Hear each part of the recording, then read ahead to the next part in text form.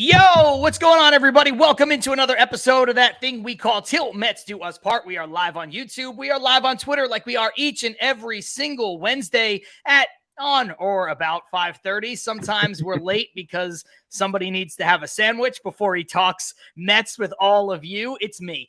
I'm the problem. It's me. John Sapanaro out in Los Angeles, California, where it is a lovely 97 to 105 degrees, depending on where you live. It is hot. It is warm. It is the full-fledged summer out here. Sorry, in all seriousness, for being late, but we are ready to rock. My co-host, as always, holding it down back in New Jersey, Matt Ibby Ibanez. Ibby, we have a jam-packed show. Thank you for putting up with me today. And how you feeling? I'm feeling pretty good, John. I've been putting up with you for 108 episodes, right? So I think I'm doing a decent job about putting up with you. But I'm doing well. Thank you for asking. The heat over here is insane as well. I think tomorrow's going to be upwards of 96 to 100 degrees here as well. It's sweltering. The humidity is awful, but we got a lot to talk about. We have a lot of things on the docket when it comes to our Mets. They're facing the Yanks. Subway Series is always a topic for discussion, even when the teams are playing awful. We liked last night's game, but we'll get into that. We got the deadline that's going to happen. We got the Howie Rose Luncheon. We have a guest today. We have some things that we have to get into. Yes, we do. I'm going to throw it back to you to do your thing, and let's get started. Yeah, let's rock it. First of all, shout out to everybody who's in the comments. There are quite a few of you. Again, sorry to all of y'all for being late. Douglas Barnes saying, "What's up, y'all?" And I thought I was going to be late. I wish that comment had come in like a minute sooner because I would have blamed it on Douglas for me being late. I would have said, no. He messaged me and said, "John, you got to wait for me." No, that was my bad, entirely on me. Chris Ferraro saying, "John, now you got to send us sandwiches." Yeah, it's like, did you bring enough for the class? If not, you're not allowed to do that. And then we have what do we got? Chris Ferraro also saying, "John, is that dead Uncle Fester on your shirt?" Close, actually. It is a Dawn of the Dead George Romero shirt. Okay. Yeah, not. When I first saw it, I thought that was Stone Cold from WrestleMania 13 when he was bleeding with Bret Hart. I couldn't tell. Another good one. Yes, two good guesses, but you guys are all wrong. And now look, here's the thing: did I wear this as some kind of ode to the Mets? I didn't. But is it going to sum up some of this episode? Yes, because I don't know, Ibby, if the Mets have a little bit of life left. I'm not sure. I don't know if these dead bodies, I don't know if these dead bodies that have been laying around since April are going to get up and start walking around and start wreaking havoc. I'm not 100% sure. But that said, we have a lot to talk about. Let's bring in our guest, frequent commenter in the chat, including right now, as a matter of fact, while he's been waiting backstage. We have Keith Blacknick, a.k.a. Media Goon, the man behind the curtain over at the QBC. We've been trying to get Keith on for a while. Unfortunately, because of his work schedule, hasn't been able to come on. But Keith, you, like me, there's not so much work going on right now. So welcome to the show, man. How you feeling? Welcome, Keith. Thanks, guys. You need a third co-host because I got plenty of time for a few months, it seems. Yeah, I don't think this stuff is going to be ending anytime soon. I do want to let you know, Keith, that out of respect for you, even though I went with the black shirt, I decided to wear the blue and orange Mets hat because I didn't want you to bitch about my black Mets hat for the entire hour of the show. Great, thank you. I appreciate that. But Dawn of the Dead's a classic shirt. I noticed it right away, so it's all good. Horror is all good. I'm going to pretend I didn't see that. Look, with that said, Chris Ram saying, by the way, George Romero is a genius. I totally agree. Are we just picking up things that we have in our vicinity and showing them on camera? Because, I mean, I can do it too. Okay, that said, there is so much to talk about, and we will get into the QBC lunch with Howie Rose, which I know you guys are both looking forward to. So am I. Unfortunately, I'm not going to be able to be there, but I'm sure some of the people in the comments will be. Keith, before we really dive in and talk about it, we'll talk about the Mets first. Are there still tickets available? There are still tickets available. You can come check us out. QueensBaseballConvention.com. It's got the info of where the restaurant is, which is Catch in Astoria. It's a great place. We've had QBCs there before. This is a very intimate QBC. Only 100 tickets. We got tickets left. So if you want to grab them now. QueensBaseballConvention.com. And the ticket is all inclusive, correct? It comes with obviously not just entry, but also the lunch itself and the autograph from Howie. Yeah, there's actually either 2 autographs from Howie or an autograph and an inscription for Howie. You get lunch menu, which you have a couple lunch items you can pick from. Entry into the restaurant for the panel, and then also you can take a picture with your phone with Howie. It's $110, but you get like this big bang for your buck. So it sounds like a sticker shock, but if you break down price wise, you're getting a great deal. Yeah. And then you get to meet Ibby too. Yeah, exactly. I was going to say, and you get the best host they could find, which is my co-host Matt Ibby Ibanez, asking all the questions and doing all that stuff. He's going to do a great job. So let's talk a little bit about the Mets again before we jump back into the QBC. And Chris Ferraro saying, like always, QBC giving you value. Absolutely. Jeff Cohen saying, good deal. I think Jeff Cohen's been at the QBC before a few times. So, Ibby, look, I kind of teased it a little bit at the beginning, but I don't know. I was pretty adamant that these Mets should sell. Mm-hmm. But I said last week that the teams in front of them are not intimidating. Now, the Mets are not intimidating. The Mets shouldn't scare anybody. But these teams in front of me don't worry me. And so now when I start to look at the landscape, I'm not saying that the Mets can't sell. I'm not saying that the Mets can't trade off a Tommy Pham and leave Vientos up here, or trade off Mark Canha and call up Mauricio and do some things like that, because I think there's a chance they can still be competitive if they go that route. But I'm not sure that the Mets should be looking to sell somebody who can help them down the stretch, who might not net them that much anyway, a guy like David Robertson. I understand that relievers are always going to be highly sought after at the deadline, but, I just, the way I look at it now, man, I'm not sure that that's where the Mets need to go right now. He's got just the few months left on his contract. Carson saying, don't fall for it, John, stay strong. I don't know, man. I don't know. Like, I don't know why I'm getting suckered into this, but I just feel like because you watched them score 9 runs last night, they beat the Yanks, and you're thinking, oh, maybe this team's got some. We've seen this before, though. I'm still in the camp, and Carson will be proud. I'm still holding strong, and I say you sell. And when I say sell, I still hold my thoughts that I've said the last couple of episodes, where it's you go into this with a seller's mentality. You listen to anyone, and you listen to anyone who wants to call you. You listen to what they got to say. I'm not saying you have to deal everyone. That's not the point. I know everyone on Twitter and everyone and all the talking heads are making it seem as though, oh, you can't just sell everybody. No, you can listen on a bunch of people. But shout out to Daniel Wexler, who's a great follow on Twitter for Mets Twitter, bringing this up, talking about it. It's malpractice almost if you don't shop and really accomplish something in terms of the people that are going to be free agents next year. When you hear the things that are said about, the potential of changeover and things, oh, maybe it's Stearns, maybe it's an actual player of baseball operations, whatever. Don't take away things that they might be able to handle it. So don't deal players that have years beyond this year. I understand that. So I'm still in the camp of saying it makes a lot of sense to shop Tommy Pham, Mark Canha. I know he has an option, but I think it's a team option. So Tommy Pham, Mark Canha, and yes, David Robertson. Why? Because David Robertson can net you the biggest return. Because I think he would be the number one reliever on the market if the Padres stay true to what they're saying, and that that they're not going to sell Josh Hader. So having said that, I think that David Robertson is the way that.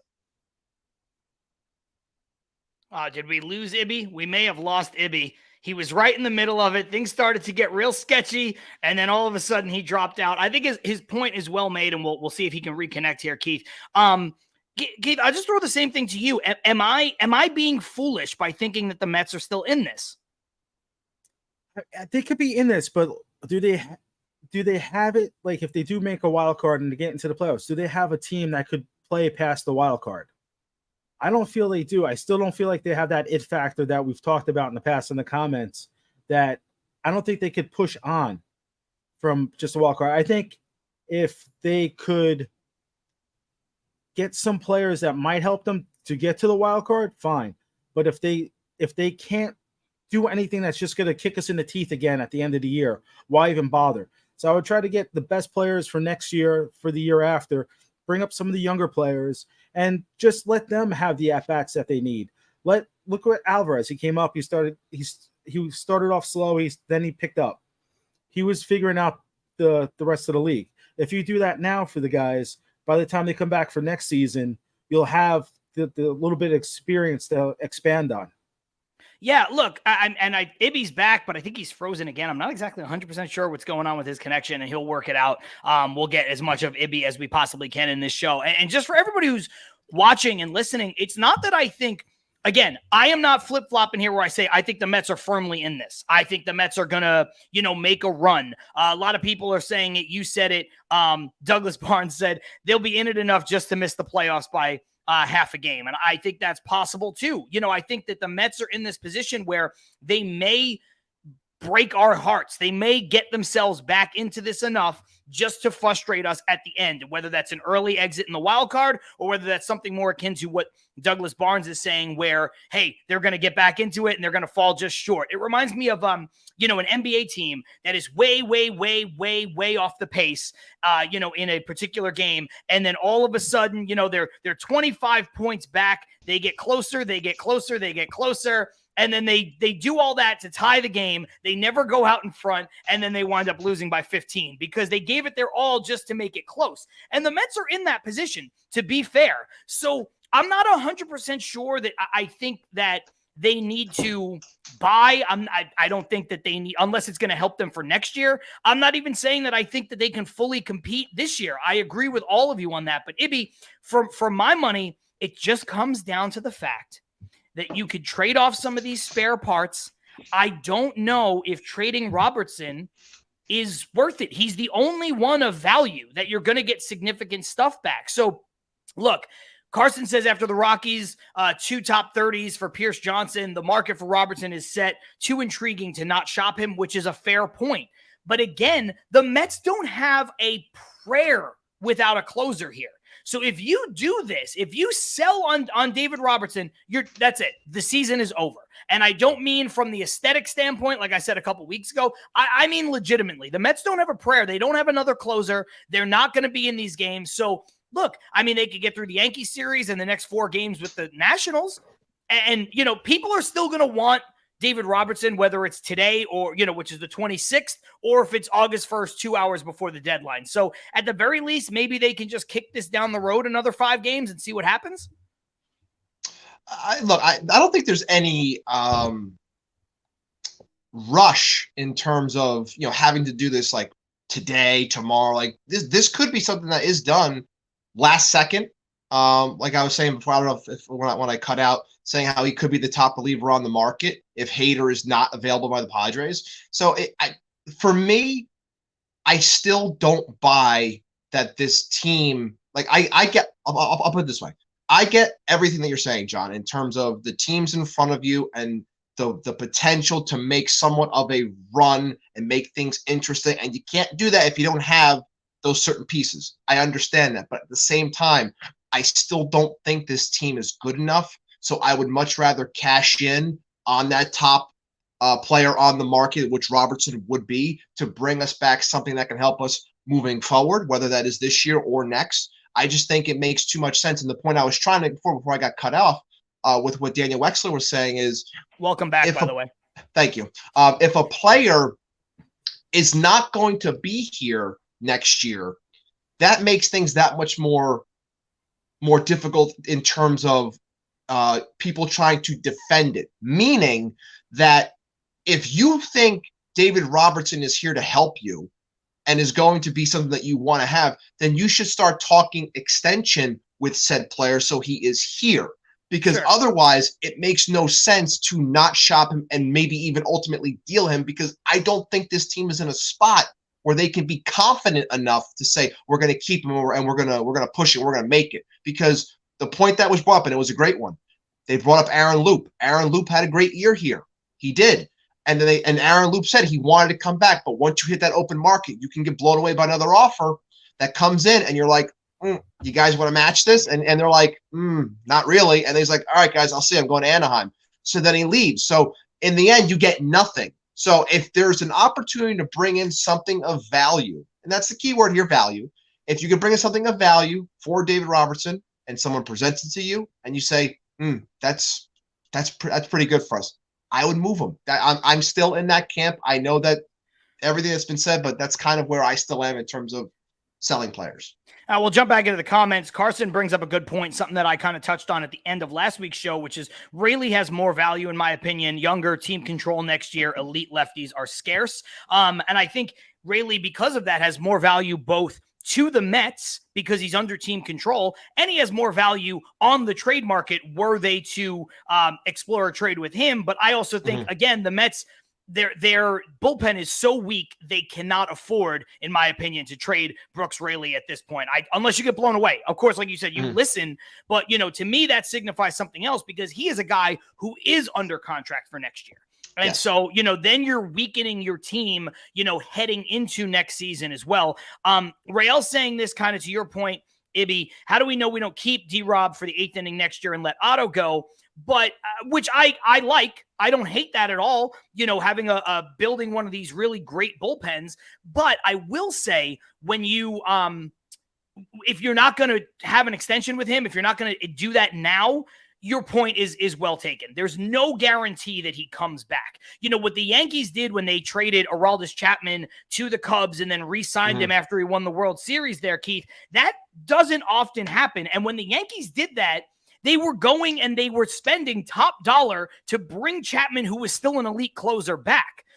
Robertson is at a different point in his career now where you could see an Aaron Loop situation develop here where all of a sudden the Mets are like, yeah, we'll bring you back on the same, 1 year, $10 million deal. And another team's like, no, we'll give you 2 years, 18. And all of a sudden, that's it. They lose him. So, I think it is easier said than done that Robertson says he wants to come back and that he can actually be here.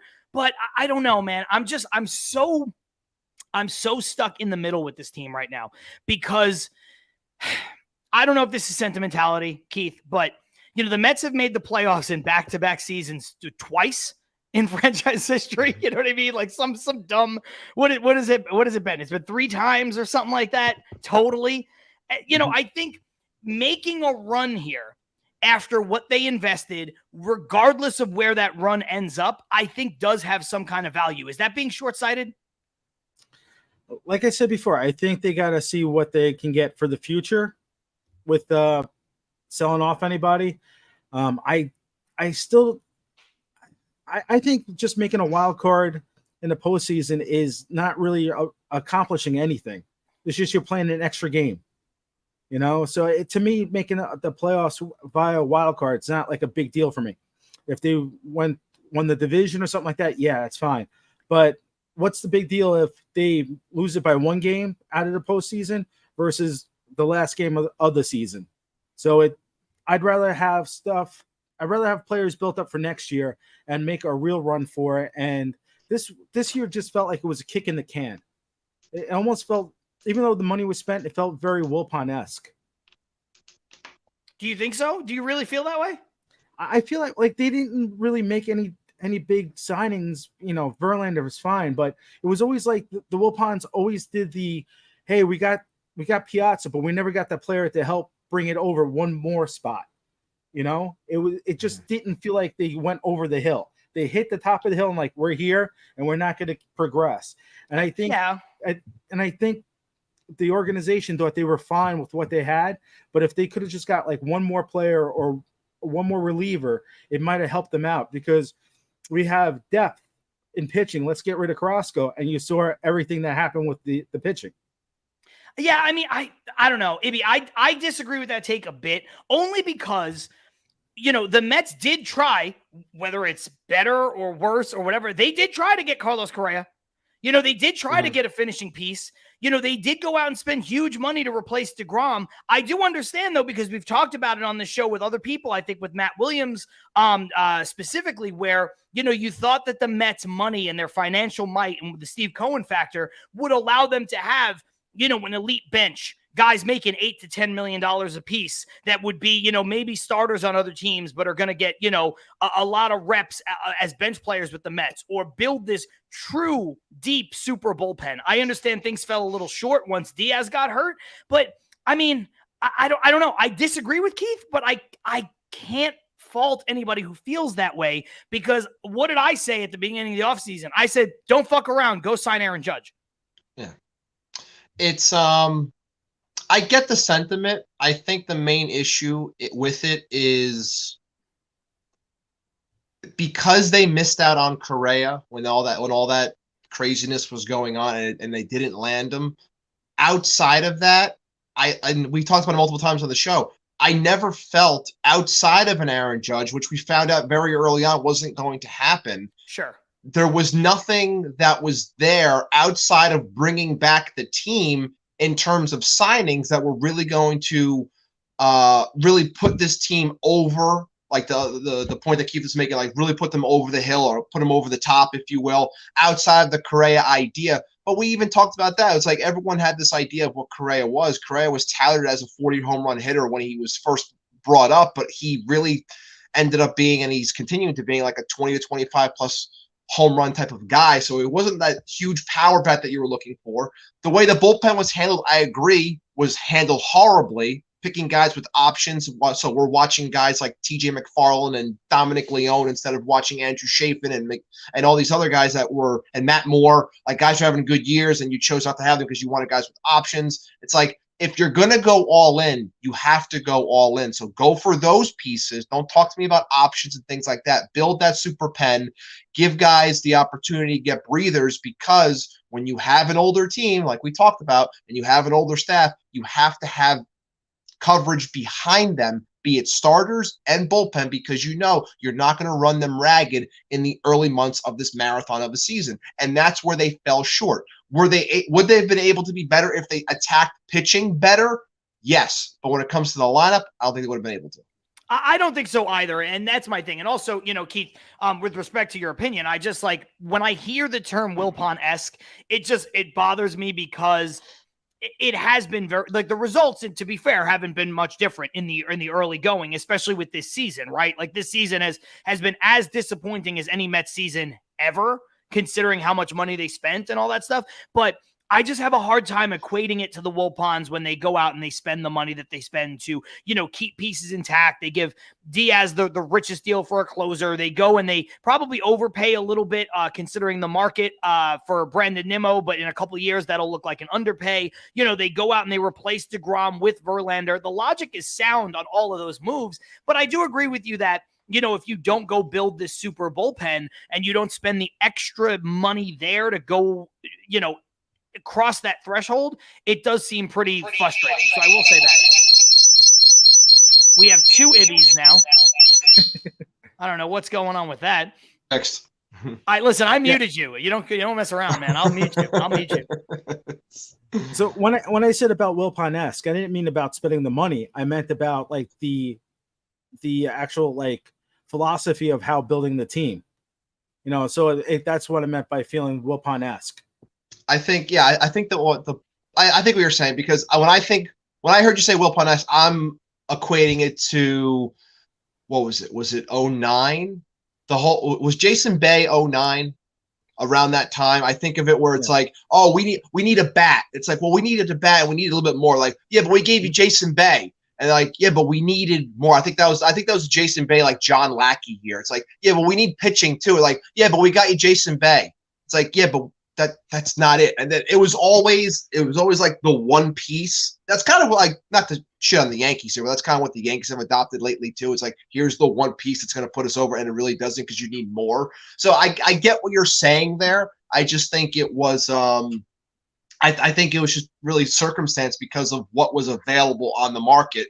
They kind of did the best that they could outside of missing out on Correa, and I still wonder what would have happened if he was here to begin with. And you know what? Carson makes a good point, and this is something, Ibby, that you and I talked about when this happened. He said, I would have pivoted a lot stronger after Correa, trading for Hunter Renfroe like the Angels did, maybe Trey Mancini, do something that sends Darren Ruff to hell. And we talked a lot about that. We said, hey, look, There's an Adam Duvall out there. There was Trey Mancini out there. These are not guys that, come with the pomp and circumstance of a Carlos Correa. They're not even a Brandon Nimmo. They're not, certainly not Aaron Judge. Nobody is going to make those mistakes. But, I think the Mets had real options to bring in guys who could be more of a legitimate offensive threat. They were so married to the Daniel Vogelback, Darren Ruff tandem that I think that was their big mistake, apart from what Douglas Barnes says, which I totally agree with. The bullpen was their only offseason mistake.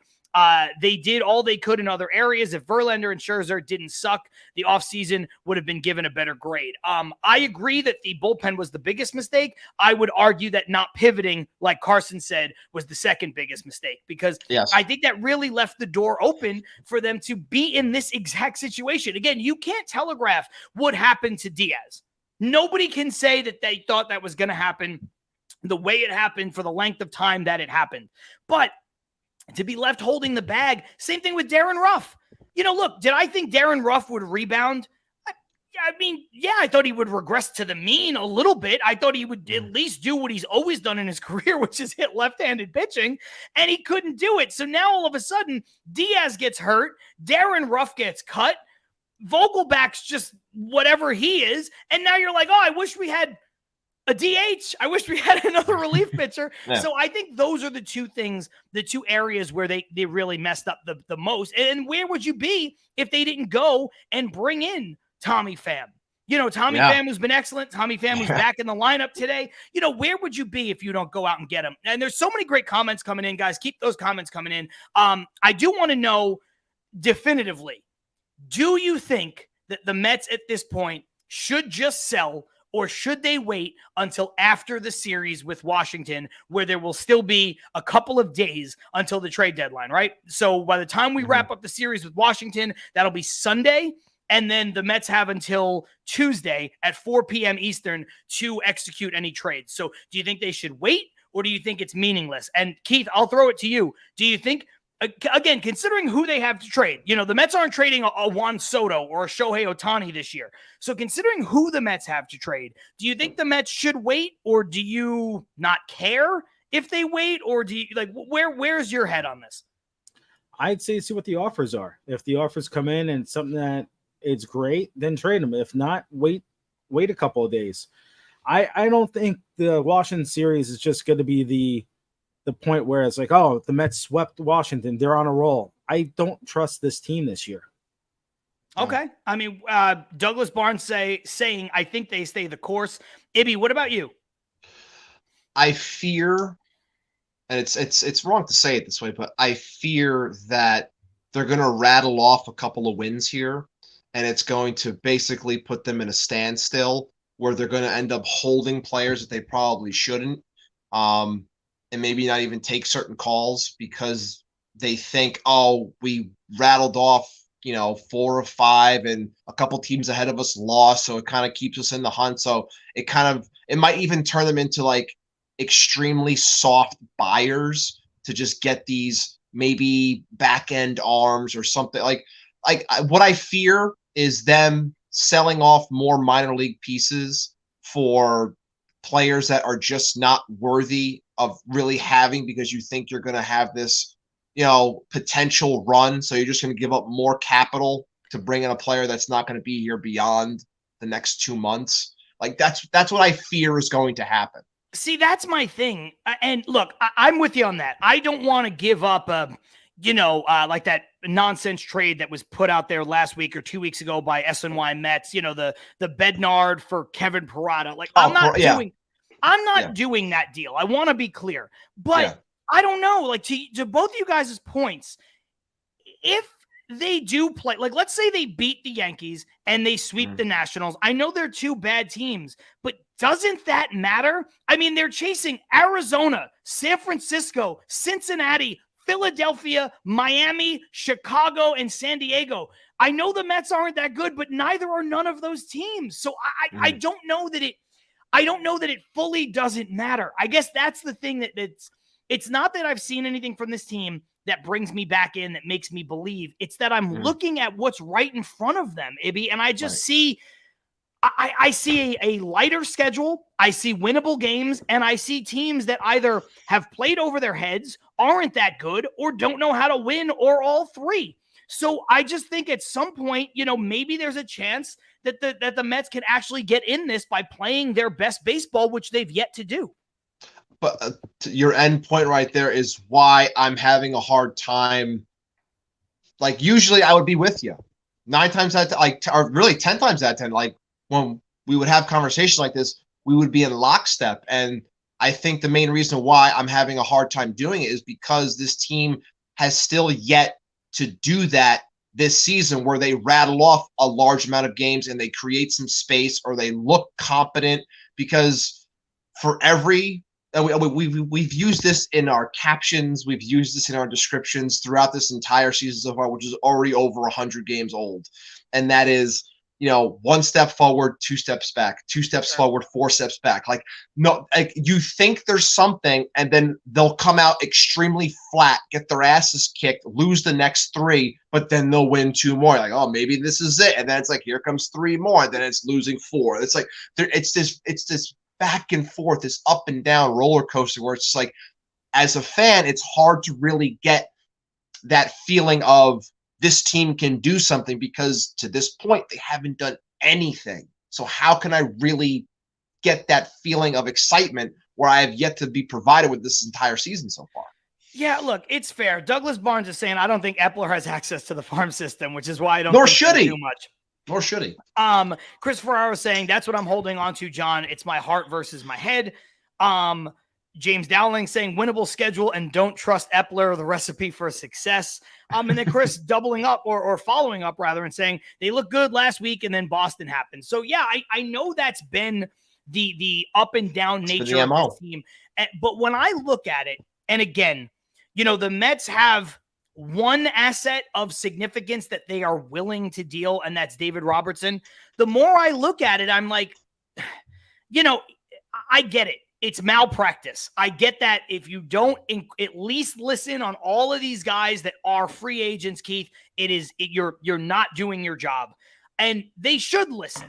But I just think when you have that one piece of value, who's a 37-year-old relief pitcher who is not signed for next year, to me, again, the Mets are not sitting on Shohei Ohtani, who they're not going to re-sign, and, everybody in baseball knows it. Like, the Mets have a guy who's 37 years old who's having a pretty good year, and that's it. You want to trade Tommy Pham? Trade him. You want to trade Mark Canha? Trade him. Because I think they can bring up some kids, and I think they'll get comparable value over the rest of the season, and then you let the chips fall where they may. But I think when you start talking about, or like, look, for instance, if the Mets were having a terrible year and Max Scherzer was having an unbelievable year and you told me you could get rid of his salary, I would entertain that too. But like we were talking about last week, what are you going to get back from Max Scherzer at this point? And I don't think they're going to trade him or Verlander, but what could you get back? You're going to eat money and get a C prospect? Just keep Scherzer. To me, I don't see the value. They don't have this thing that it's like, oh my God, every team wants this. Let's make sure that we maximize the return. And I think that's what it comes down to for me. More than what I think the team is capable of doing if they stay together, it's that I just, and I know prospects are lottery tickets, and they might trade somebody for a C prospect who winds up being, the next Ken Griffey Jr. I know that's possible, but I don't know. I don't see them having this asset that is like, wow, you have to deal this because the return you're going to get back, Keith. And that for me is the biggest thing, more so than how they've played, more so than their schedule, more so than who's in front of them. It's just, when I look at all those things together, it's a perfect storm to not do it. Well, that's like what I was saying. If you're getting back something good, make the trade. Robertson being 37 years old, we see how Verlander and Scherzer are at their ages. Even though he's a reliever, you don't know what he's going to come back with. Like, if you want to try to sign him for next year, if you can get something for him, get something for him. Does he make a big difference in the bullpen? Sure, but maybe you can get a couple of bullpen arms for him that'll end up being better for them next year. My whole thing is, like, I how big of a Mets fan I am, how like crazy I've always been. This year has felt so flat for me. I wouldn't care if they traded everybody on the team. That's how I felt with it. But I want the team to actually get value back. So if there's nothing to get back, then don't make any trades. But if there is value, make the trades. Carson with a good point, and we'll take this and we'll head into the break real quick. Just feels like a house of cards situation. They still need to get to 500. They still need to pass tons of teams. Also regressed from a team that couldn't win either last year in the same wild card round. So, if that's your take, which it is for both of you guys, for Ibby and for Keith and for Carson and a lot of people in the comments, if that's how you feel, again, I can't dispute that. I really can't. I just look at this whole team in totality and the whole situation really in totality and say, I don't know what they can do that's going to be so great. But having said that, let's head into the break. We'll come back. We'll talk about the QBC. We will continue to talk about the Mets and what they should do, what they shouldn't do. We'll touch on the fact that the MLB has made a very interesting decision with their commissioner, which has Keith rolling his eyes. We'll talk about all that and more. It's Till Mets Do Us Part. We are live on Twitter. We're live on YouTube. We'll be right back.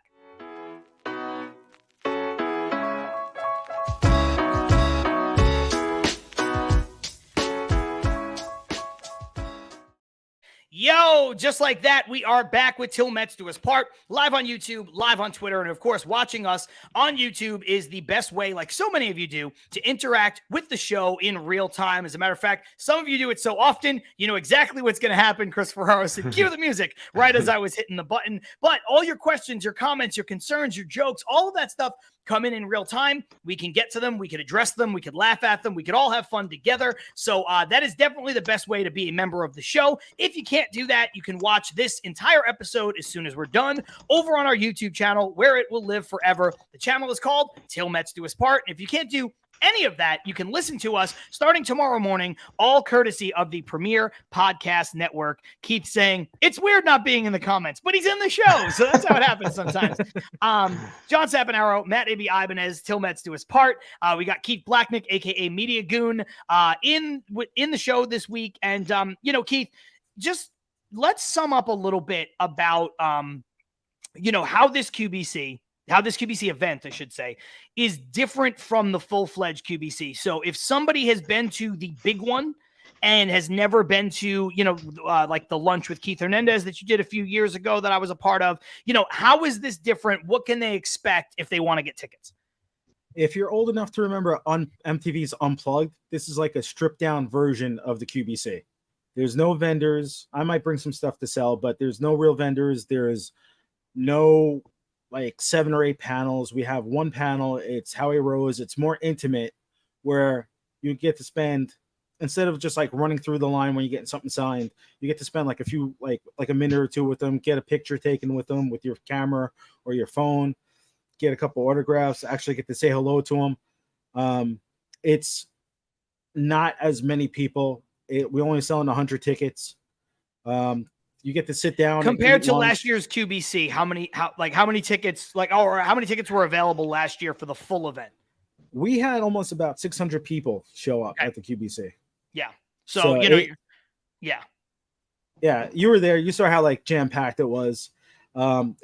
Even though the hotel was huge, it's still, we had a lot of people.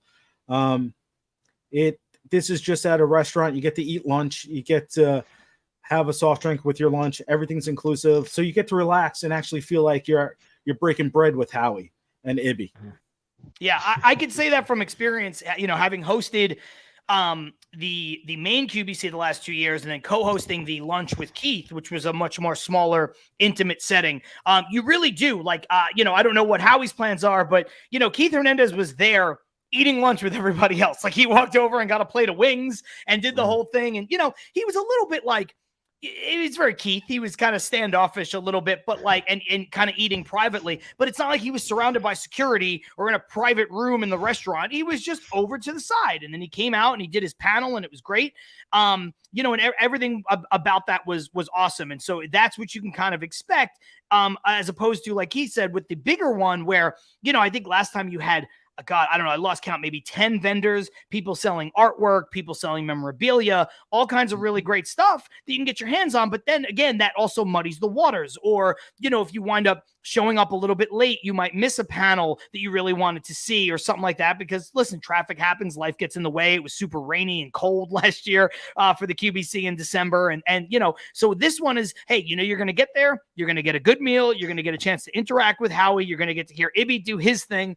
And it's kind of tidy, and then it's done. And then you can go on with your summer Saturday for the rest of the day and kind of just enjoy it that way.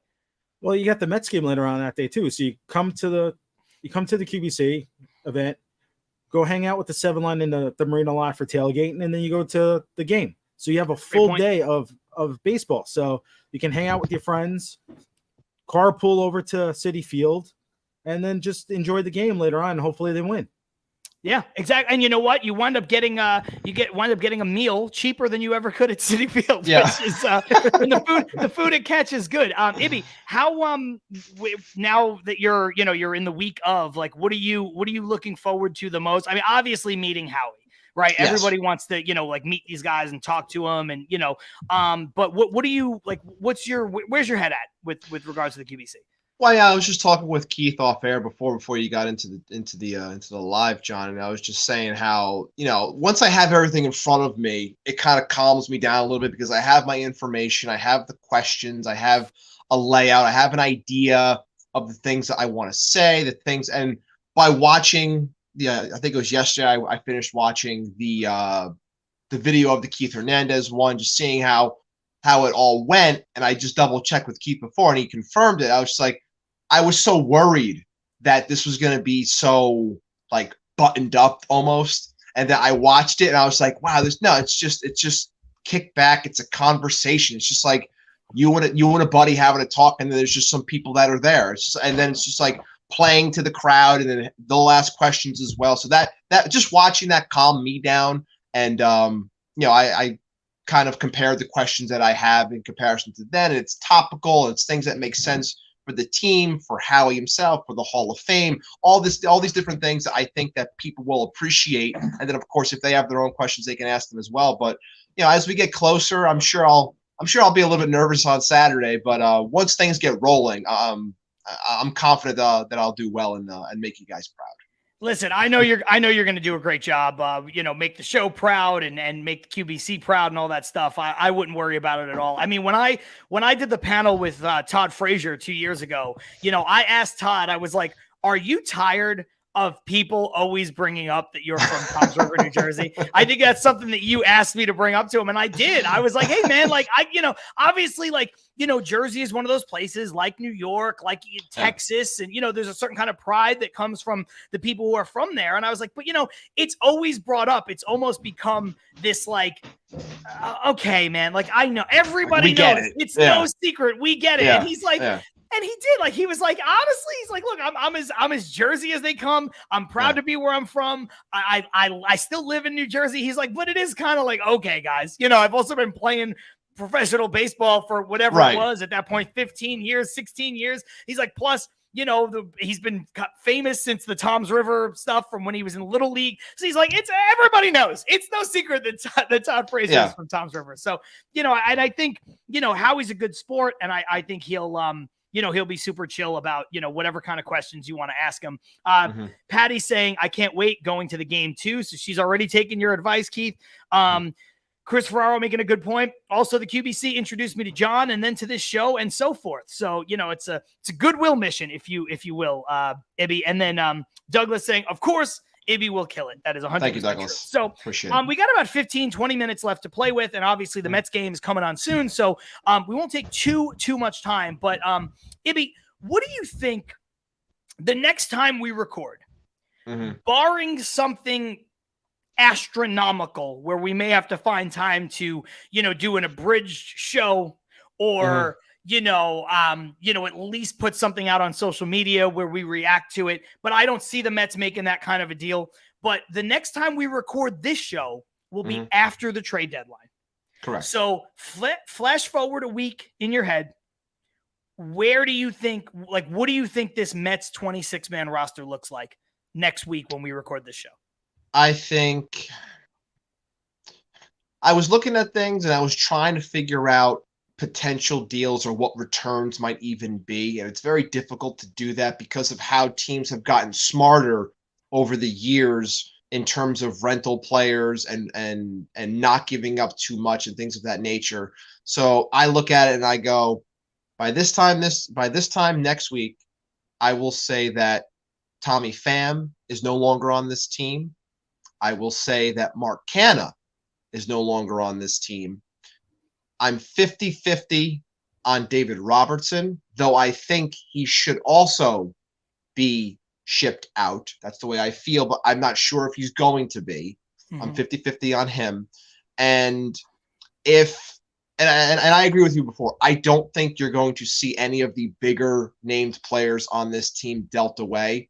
If we were to see one, I would say, if anyone, I think it might be Jeff McNeil, but I don't think it's going to happen. So that's just me throwing one out there as a potential. But I'm thinking more along the lines of Tommy Pham, Mark Canha, and should be potentially David Robertson. So the guys that have the 1 year left or would be out of here at the end of the season, barring picking up an option like Canha, I think those guys should be shipped out, and I think there's a good shot that they are shipped out. Before I throw to you, Keith, Carson said, Todd Frazier is from Toms River, New Jersey. First time learning that shit. So Keith, kind of the same sentiment for you. What do you think this team looks like? Like, do you agree with Ibby? Do you think there's going to be a big trade that we're going to have to reference next week? Or do you think, do you think it's going to be kind of what everybody's saying is sell off some spare parts? Do you think there's going to be something surprising? What do you see? I think it's just going to be pieces sold off. Nothing huge. There's nothing out there for the Mets to grab to put them over the top for the season anyway. I think it's just going to be spare parts, some farm players from another team getting sent over, and it's just going to be just like the rest of the season, a non-event. Okay, wow. That hurts because you're right. And it's well put. Summing it up that way is brutal, but you're 100% right. This season has been a non-event. I agree with both you guys. I will say, I'm so with Carson on this. I've been saying it on Twitter all week. I just want the team to be younger than it is. Somebody was saying to me, how could you say the Mets should go after Jonathan India? He hasn't been good since his rookie year. And, why would you don't need they have Mauricio, they have McNeil. You don't need a second baseman. I'm like, he's 26 years old. He won Rookie of the Year. He's a good ball player. I know he's taken a little bit of a step back, but if you look at his peripherals, he hits the ball hard. He does everything. He plays good defense. He does everything you'd want a guy to do. And I just want younger players on the team. Give me talented, athletic, young players. Now, I'm not saying the Mets need to go break the bank for Jonathan India. I think that's crazy. I don't think he's top on their priorities list. But when a team like the Reds is like, we'll listen, I'm like, well, you better be calling too. That's the thing. Like, you guys have been saying, take all the calls on the guys who aren't going to be here next year. If you can get somebody who is going to be here next year and is going to contribute, you should be taking calls in that direction too, or making calls in that direction. I agree with that. I just think that, like, when it comes to India, and I know automatically when someone hears that someone's going to be available, Mets fans automatically go, oh, are they going to go after it? They're going to list, they're going to do this, they're going to do that. And I'm just like, I know that when the initial report came out, the first thing that was said was like, the Reds are putting Jonathan India out there and they're looking for controllable young pitching. I'm just like, that's not the Mets. They don't have that. They don't have controllable young pitching, because if they did, it'd be in our starting rotation and we would not be dealing it away for a position player, because we, desperately need arms. So I like Jonathan India. He's a good ball player. I just think it's a pipe dream for many to bring in a young player like that, because the Mets just don't have what the Reds need. The Reds need ready-made pitching now because they're trying to make a push. And I think there's a lot of ways that they can go as a team to improve themselves. And I think that they will. But I just don't think the Mets are a match there in that sense. But I agree with you in the sense of, if there's an opportunity to better yourself, whether it's for this year or beyond, you could be making phone calls as well to try and do those types of things. But as Keith mentioned before, and people in the comments, I don't think that Billy Epler is going to have full autonomy, if you will, in terms of the farm system and dealing players beyond the 1 year that is left on their deals. Dominican saying, W Keith, come to the show every time. And he might just because again, got a lot of free time. Corey Holzer saying, but they want young pitching, echoing everything you said, Ibby. And kind of like I did with the Bednar deal last week. The India thing is just an example of the kind of thing that the Mets should be investigating. I said I would never trade Kevin Parada for Bednar straight up. I think that's dumb. I think that's short-sighted. But if you're telling me that you could, for a lesser prospect, get a controllable bullpen arm that can pitch in the 6th, 7th, or 8th inning, or 7th, 8th, or 9th inning, and then, slot down when Edwin Diaz is there, okay. I will entertain. I will at least listen to that. But these are not the kinds of deals. These are the kinds of deals I would entertain, but not the exact deal I would entertain. I think I'm kind of in line with both of you guys. I think Canna, Pham, I think both of those guys will be gone. I don't think David Robertson will be traded. I think the Mets are going to hold on to Robertson because I think the Mets believe that they are still in it enough. Whether they're wrong or misguided or whatever, I think that they think right now, unless they lose today and get swept by the Nationals, in which case they're firmly out of it at that point. But I think right now the Mets believe that they're still in it, and I don't think they believe that they have somebody who could close games. And so I think they're going to hang on to David Robertson, and maybe they will entertain an extension, like you said. Paul Revere jumping in the comments saying, he's back. You have to trade D-Rob if you can get the right deal, emphasis on right. If not, try and re-sign him, which is something we talked about earlier. Canna and Pham should go. Max and Justin, if someone wants to overpay for Justin, then do it. And then he said, if not, keep him. You'll need both next year. That's how bad this team is set up. And that's the thing I want to throw to both of you guys. We talked about it last week a little bit too. Keith, I said last week, and you were here in the comments and everything, but it's not that Max and Justin, especially Justin, he's been a lot better than especially lately. But these two guys have not been bad. They've just been bad by the standards of what we've seen from them. And they've been bad by what they were paid to do. They were paid to come over here and be aces. And for a lot of the season, they pitched like 3 and 4 starters. I think if you're the Mets, I know it's a lot to pay for a 3 and 4 starter, but if the Mets go out in the offseason and let's say they sign Ohtani, right? Now they have Ohtani, Verlander, Senga, and Max Scherzer can be your 4. I mean, that's a lot better than having Cookie Carrasco as your 4, right? It's a lot better than having David Peterson or Tyler McGill, the way they've pitched. So I think you could actually use both of those guys for next year, which is also part of the reason why, unless somebody blows you out of the water, which I don't think they're going to do, I would just keep them. Because, is $43 million a lot to pay for a guy who's going to be your 4th or 5th starter? Sure. But Max is it's going to give you an advantage at that point because he's going to be better than other teams' 5th starters, other teams' 4th starters. I also feel like there's something up with Max this year. I feel like there's an injury that he's not coming clean about, that he's not Max. So I think next year, him and Verlander, I also think Verlander's arm was a little tired at the beginning of the season between the injury and then coming back from the Tommy John surgery and pitching all the innings he did last year. Do you think they can both bounce back? Maybe not to where they were, but better than they were at the start of this year? Yeah, totally. I think they can definitely come back and be, not the A-level Scherzer, but a B-level Scherzer, a B-level Verlander. I'll take over a lot of other pitchers in the league. Yeah, I agree with that. Ibby, you've been shaking, nodding in agreement to, the setup and to a lot of what Keith was just saying. So, especially now that it seems like, again, barring somebody blowing them out of the water, both those guys are staying put. I think it makes a lot of sense. And I think, the Mets have options. Somebody mentioned, I think it was Chris, hey, what do you think about Quintana? It's too early to tell, but Quintana's going to be here next year too. I don't think the Mets are going to sell low on Quintana after one start. He hasn't had enough body of work for them to try to move him at this point. Unless somebody comes in and offers you something. But again, I know that was brought up by some as potential rumor, but I don't know how much I'd buy that because, again, he's coming off the injury. He's only had the one start. So what exactly are you going to get? Or look, crazier things have happened, but I don't think he's going anywhere. But no, I understand the sentiment of, and we talked about it last week when it comes to, if you get rid of these guys and you paid them to go elsewhere and you're paying them to pitch for somebody else, then what exactly are you going to have? And I brought up the fact that, it's also very very much a question for Steve Cohen when he's sitting there and saying, look, I have all the money in the world. I can spend all this money. It's no big deal. I don't care. But I don't think he wants to spend over $100 million on his starting rotation. And that's kind of where it's creeping towards with this. So I'm very curious to see how they go about the starting rotation next year. But in terms of right now, because look, there are going to be people that are available that make sense, that are younger. That's the big thing we're talking about here, is youth and being young and fresh arms, and obviously wanting to have those so you take less and expect less, even though the money's still on those guys, those older guys.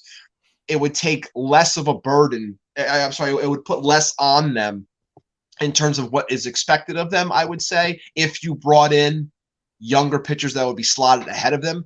But again, I still wonder how much they really want to spend. So then that comes to an entire thought process of, are they going to bring back the same exact team again next year? But that's different. That's a different conversation for another day. But in terms of right now, I'm saying that, odds are, unless someone really blows you away or is willing to eat some money, which no one's going to do, I don't see them going anywhere. But if there's one thing I do want to say, and this is, again, very interesting to me. I'm doing this. I'm doing it. Go ahead. There's one thing I want to say. It's very interesting, and it has to be said. And I know we always call out the weird and garbage accounts on Twitter, but I have to give some respect here, mainly because I flash back to the Correa saga. We had an episode here. We talked about the Correa news when it initially broke, not the signing. Prior to that, where there was talk of the Mets being in, everyone's like, what the hell? Like, this doesn't make any sense. And it was from this random ass account by the name of Natty Sports, right? They came out of the left field saying, oh, the Mets are in on Correa. They're going to offer $300 million. Everyone's like, who the hell's this guy? And like, where are you getting this information from? And then like less than an hour later, Rosenthal comes out and says the Mets are in on Carlos Correa. Like, holy shit, is this guy legit? Like, how did he know? And it wasn't anywhere.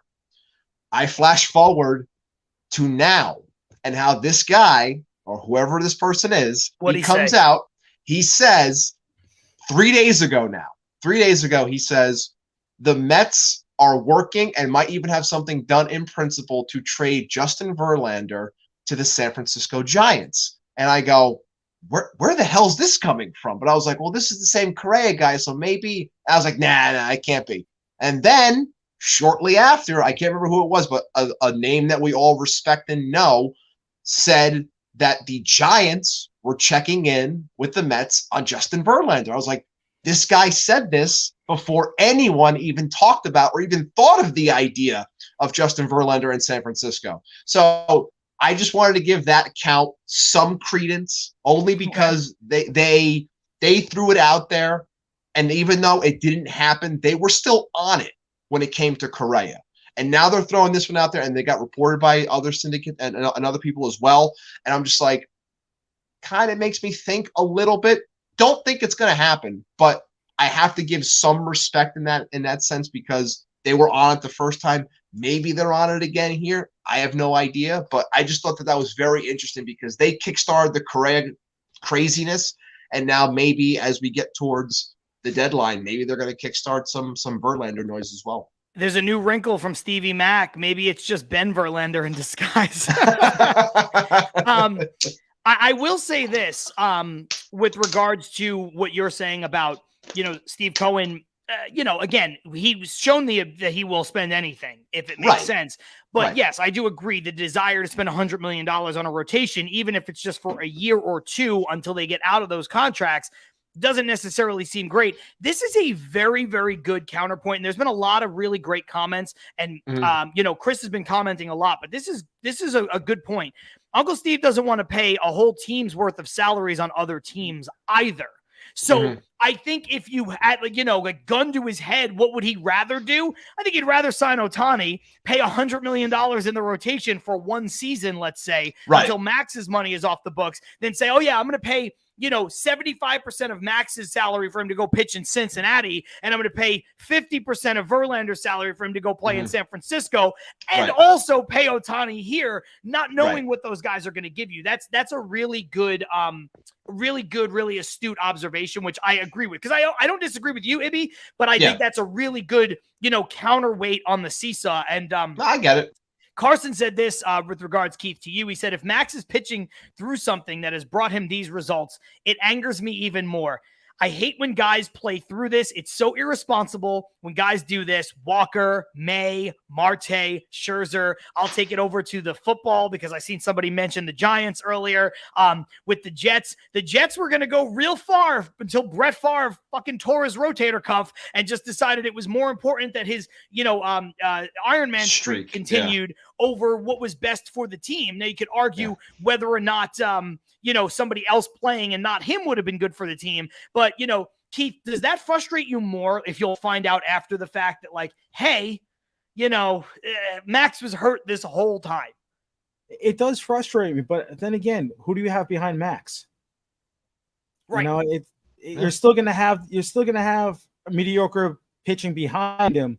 And if it's something that he can work through, it's fine. He might have a great game one day. He might not have a great game the next. He might have an okay game. He might have a terrible game.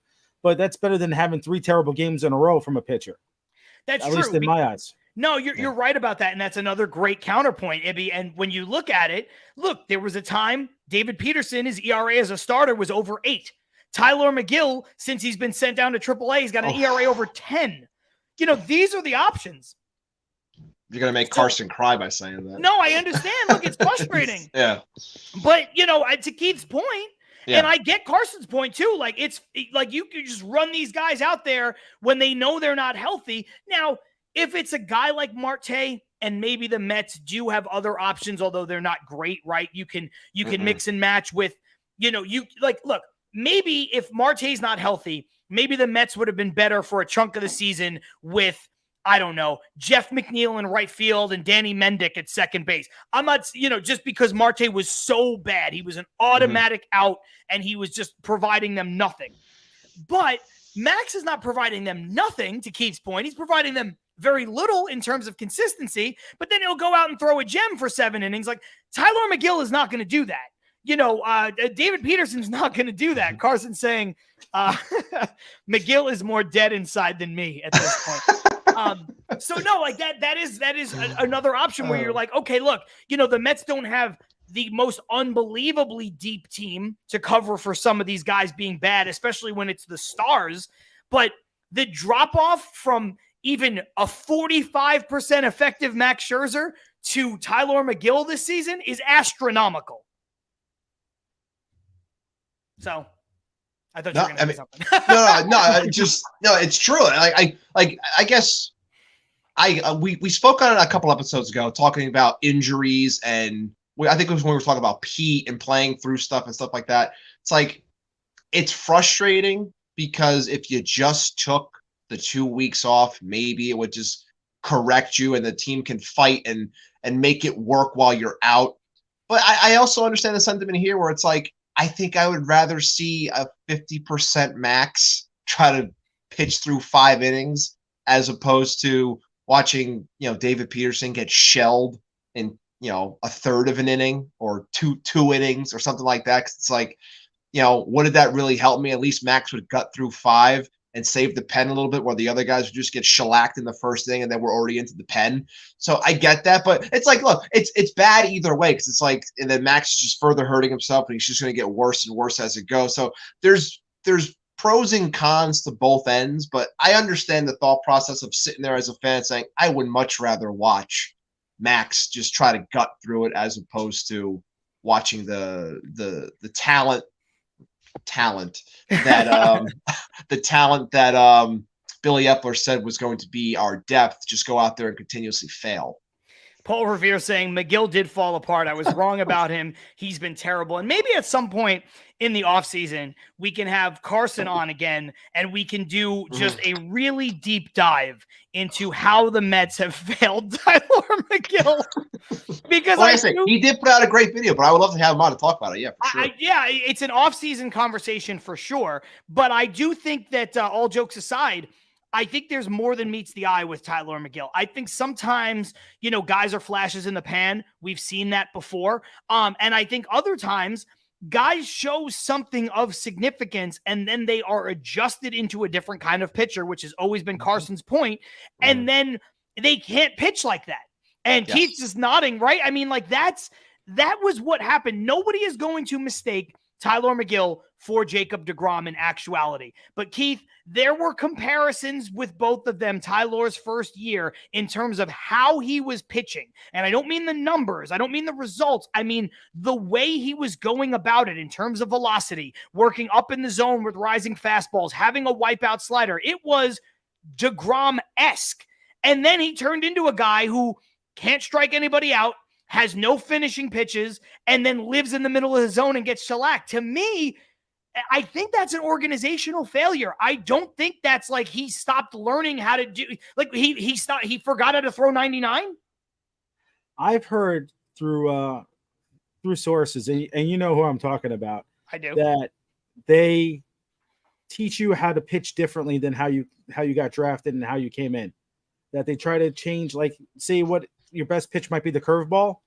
They want you to throw a slider instead then.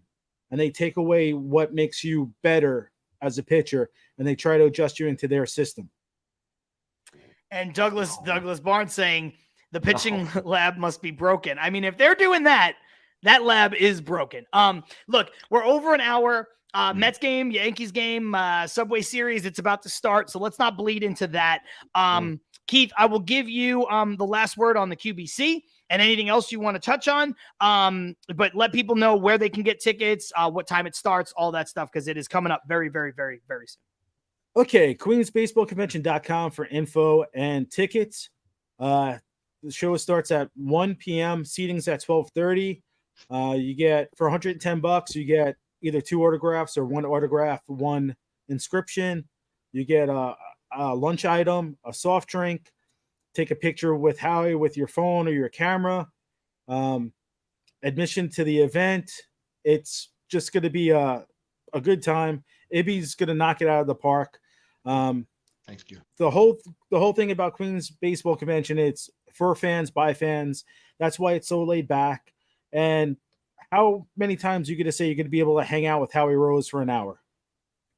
That's a great point. Ibby, before we get out of here, any other thoughts that you haven't touched on about our Mets, and anything you want to say about your involvement in the QBC before we go?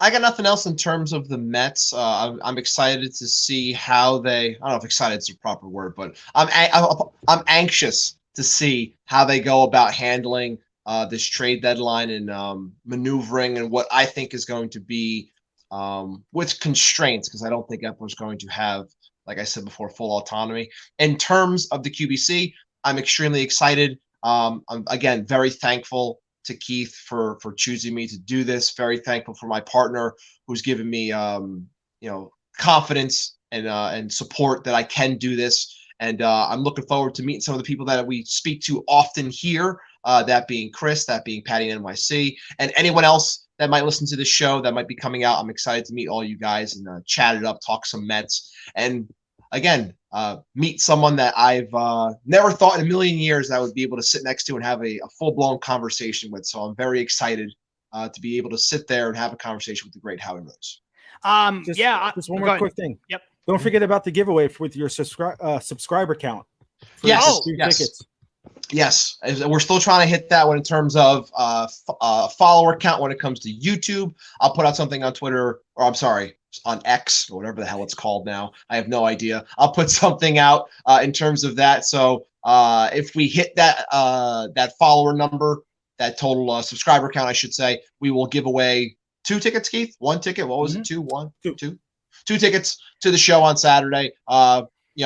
On the house. So that'll be something that if we can hit that number, we'll give those away. So yes, the more people, the merrier. and we're gonna have a great time on Saturday. I can't wait. What was the number we were trying to hit, Ibby? 400. We're at 321. 400. Yes, we are actively at 321. And I know time is running out, but guys, if you want to go to the Queens Baseball Convention, and if you do, you can meet legendary American icon Paul Revere, who will be in the house. Paul Revere's going to be there? Get the hell out of here. If you don't walk into the Beastie Boys Paul Revere, Keith, you're going to have to set that up. Paul Revere, if you are really going to be there, please come up to me and say, Ib, it's me, Paul Revere, because I got to meet you. I think this whole thing has been hysterical the last couple of weeks, so please say hello. Yeah, but you're going to be able to pick him out. He's going to be dressed like it's fucking 1789. So like the guy that one time that was doing the questions. So no, in all seriousness, I know we're getting Keith, 2 blue and orange lanterns.